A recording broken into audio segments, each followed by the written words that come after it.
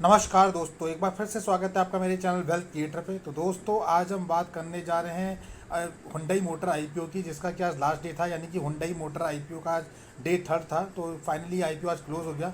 जानेंगे इसके subscription status के बारे में कि सब्सक्रिप्शन कैसा रहा, किस कैटेगरी ने कितना सब्सक्राइब किया और ओवरऑल कितना सब्सक्रिप्शन हुआ है। हुंडई मोटर जो काम करती है आपको पता है, पैसेंजर व्हीकल में करती है, यानी फोर व्हीलर की गाड़ियाँ मैन्युफैक्चरिंग करती है। जानेंगे इसका जीएमपी मार्केट में क्या डिमांड बनी है, अचानक से जीएमपी मार्केट में और गिरावट आई है या फिर अभी मार्केट में अप ट्रेंड में गया है, और जानेंगे कि अभी अलॉटमेंट के क्या चांसेस बन रहे हैं। पर उससे पहले वीडियो को लाइक शेयर और सब्सक्राइब करना बिल्कुल ना भूलिए। तो दोस्तों, वीडियो में आगे बढ़ते हैं और अब बात कर लेते हैं कि Hyundai motor IPO, Hyundai motor India limited का जो आईपीओ था उसका आज लास्ट डे था। तो लास्ट डे में कैसा सब्सक्रिप्शन रहा। लास्ट 2 डेज से हमने देखा होगा कि ज़्यादा सब्सक्राइब नहीं हो पाया आईपीओ। एक तो आईपीओ का इशू साइज काफ़ी बड़ा है। तो फाइनली ये आईपीओ आज जो क्लोज हुआ है दोस्तों, 2.37 टाइम सब्सक्राइब हुआ है, यानी कि ओनली 2 गुना ही सब्सक्रिप्शन निकाल पाया है। 2.25 गुना के लगभग सब्सक्राइब होकर ये आईपीओ का डे 3 था और फाइनल आज डे 3 में ये क्लोज हो गया। ये रिपोर्ट अपडेटेड है शाम 5 बजे तक की, यानी कि 5:30 बजे तक की है। 5 बजे फाइनली जो है आईपीओ मोस्टली क्लोज हो जाते हैं। तो अगर आप देखेंगे फाइनली तो बहुत अच्छा, उम्मीद जितनी थी उससे ये सब्सक्राइब नहीं हुआ। उम्मीद ये थी कि काफ़ी अच्छा जाएगा, काफ़ी बड़ा आईपीओ था। एंकर इन्वेस्टर पोर्शन फिक्स है जहां 8,315 करोड़ लगे। क्वालिफाइड डिस्ट्रीब्यूशन की बात करें तो वहाँ 6.97 टाइम, यानी कि 7 गुना के लगभग सब्सक्राइब हुआ है और 38,660 करोड़ रुपए लगाए गए। अगर बात करें तो क्यूआईबी कैटेगरी एक ऐसी अकेली कैटेगरी है जो कि हाईएस्ट सब्सक्राइब कैटेगरी है, यानी कि highest subscription of the day की बात करें तो वो क्यूआईबी है, जिसने तकरीबन 6.97 टाइम सब्सक्राइब किया। एचएनआई कैटेगरी यानी कि नॉन इंस्टीट्यूशनल बायर की अगर हम बात करें तो वहाँ भी अंडर सब्सक्राइब देखने को मिला है। सिर्फ 0.60 टाइम सब्सक्राइब होकर केवल 2,500 करोड़ रुपए लगाए गए, जिसमें बिग एचएनआई से 0.58 टाइम सब्सक्राइब करके 1,596,000 करोड़ रुपीज़ और स्मॉल एचएनआई में 0.65 टाइम सब्सक्राइब होकर 903 करोड़ रुपए आए। रिटेल कैटेगरी भी अंडर सब्सक्राइब रही है दोस्तों, और यहाँ भी केवल आधा ही रिटेल कैटेगरी सब्सक्राइब हुई है, 0.50 टाइम, और 4,892 करोड़ ही केवल रिटेलर से आए। एम्प्लॉय कैटेगरी फुल्ली सब्सक्राइब हुई है, 1.74 टाइम सब्सक्राइब होकर 265 करोड़ रुपए आए। इस तरह से 2 टाइम सब्सक्राइब होकर टोटल 46,319 करोड़ रुपए मार्केट से जुटाए। जबकि आईपीओ का इशू साइज अगर हम बात करें तो काफ़ी बड़ा था, 27,270 करोड़ के इशू साइज के एवज में 46,300 करोड़ रुपए लगभग मार्केट से उठा लिए। अगर बात करें तो अमाउंट के टर्म में तो डबल सब्सक्रिप्शन मिल ही गया है, पर आईपीओ का इशू साइज काफ़ी बड़ा होने की वजह से काफ़ी सारी कैटेगरीज अंडर सब्सक्राइब रही है। बात करें तो एचएनआई कैटेगरी, रिटेल कैटेगरी, दोनों ही कैटेगरी जो है वो अंडर सब्सक्राइब जोन में है, यानी आप कह सकते हैं कि आधी भी सब्सक्राइब नहीं हुई है दोनों कैटेगरी अगर देखा जाए तो। केवल एक जो है क्यूआईबी कैटेगरी है और दूसरी एम्प्लॉय कैटेगरी है। ओनली ये 2 कैटेगरी है जो कि 100% सब्सक्रिप्शन देखने को मिला है, यानी कि 1 टाइम सब्सक्राइब हो गई है, फुल्ली सब्सक्राइब दोनों कैटेगरी हो चुकी है, एक एम्प्लॉय और एक क्यूआईबी। उसके अलावा कोई भी कैटेगरी जो है सब्सक्राइब नहीं हो पाई, चाहे वो स्मॉल एचएनआई की बात करें चाहे बिग एचएनआई की बात करें, सारी कैटेगरी अंडर सब्सक्राइब रही है। तो कुल मिला के अगर आईपीओ देखें तो सो एंड सो रहा है, बहुत अच्छा नहीं कह सकते। लास्ट 3 डेज के सब्सक्रिप्शन स्ट्रेटजी की बात करें तो डे 1 में आप देख रहे होंगे क्यूआईबी ने कुछ भी सब्सक्राइब नहीं किया, एचएनआई ने 0.13 टाइम, रिटेल ने 0.27 टाइम, एम्प्लॉय ने 0.81 टाइम, इस तरह से 0.18 टाइम ही सब्सक्राइब हुआ। जबकि दूसरे दिन क्यूआईबी ने 0.58 टाइम सब्सक्राइब किया, यानी आधा सब्सक्राइब कर दिया। एचएनआई ने 0.26 टाइम सब्सक्राइब किया, वहीं रिटेल ने 0.38 टाइम और एम्प्लॉय ने 1.31 टाइम, टोटल 0.42 टाइम सब्सक्राइब हुआ। तीसरे दिन देखें तो 6.97 टाइम क्यूआईबी ने सब्सक्राइब किया, बाकी ऑल कैटेगरी अंडर सब्सक्राइब रही एक्सेप्ट एम्प्लॉय कैटेगरी की बात करें तो 1.74 टाइम सब्सक्राइब हुआ। इस तरह से टोटल 2 गुना सब्सक्रिप्शन निकल के आया है।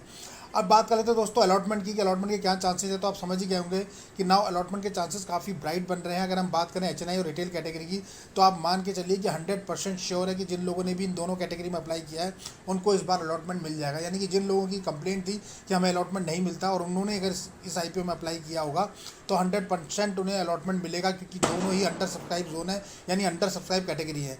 तो फुल्ली अगर किसी ने रिटेल कैटेगरी में 2 या 3 लॉट या 4 लॉट पे अप्लाई किए हैं ना, तो वो पूरे के पूरे आपको मिलेंगे इसमें। तो इसमें यही होता है, जो अंडर सब्सक्राइब आईपीओ होता है उसमें आप जितनी भी अप्लाई करते हैं, जितने भी लॉट्स अप्लाई करते हैं वो सारे के सारे आपको मिल जाते हैं। तो मोस्टली रिटेल कैटेगरी में 1 लॉट ही मिलता है जब फुल्ली सब्सक्राइब होता है, लेकिन अंडर सब्सक्राइब कैटेगरी में अगर आपने रिटेल में 2 लॉट 3 लॉट या 4 लॉट मल्टीपल में अप्लाई किए होंगे तो डेफिनेटली एक सिंगल पैन कार्ड पे भी मिलेंगे। तो आप मान के चलिए कि 100% चांसेस है। केवल एक एम्प्लॉय कैटेगरी है उसमें भी 60% चांसेस बन रहे हैं। अब बात कर लेते हैं ग्रे मार्केट प्रीमियम की। तो ग्रे मार्केट में खासा डिमांड घट गई है दोस्तों।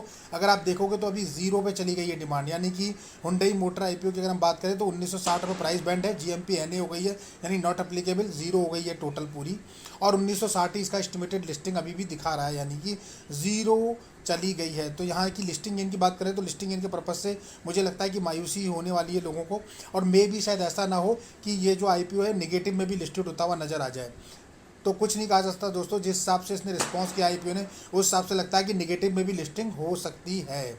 तो दोस्तों इसके नेगेटिव में लिस्टिंग होने के क्या कारण है? बहुत सारे कारण हैं, जबकि कंपनी का फाइनेंशियल फंडामेंटल काफ़ी स्ट्रांग है, कंपनी काफ़ी अच्छी है, लीडिंग है, वेल नोन है, उसके बाद भी इसके आईपीओ में जो है इतना अच्छा रिस्पांस नहीं मिला। उसका रीज़न है जो कंपनी ने डिमांड करी है ना, जो पी है कंपनी का वो काफ़ी हाई है, यानी कि प्राइस बैंड बहुत ही हाई है। और अगर इसके कंपटीटर जो मार्केट में अगर उनसे बात करें तो काफ़ी हाई है। टाटा की बात कर लेते हैं हम, टाटा व्हीकल के जो है उसका पी इस समय मार्केट में 10 का चल रहा है, जबकि शेयर की प्राइस 1000 रुपये है इस समय दोस्तों, फिर भी उसका पी रेशियो केवल 10 का है। वहीं महिंद्रा एंड महिंद्रा की अगर आप बात करोगे तो उसका पी जो है 25 का चल रहा है। मारुति के पी की बात करेंगे तो वो भी आपको 15 से 16 के लगभग दिखेगा।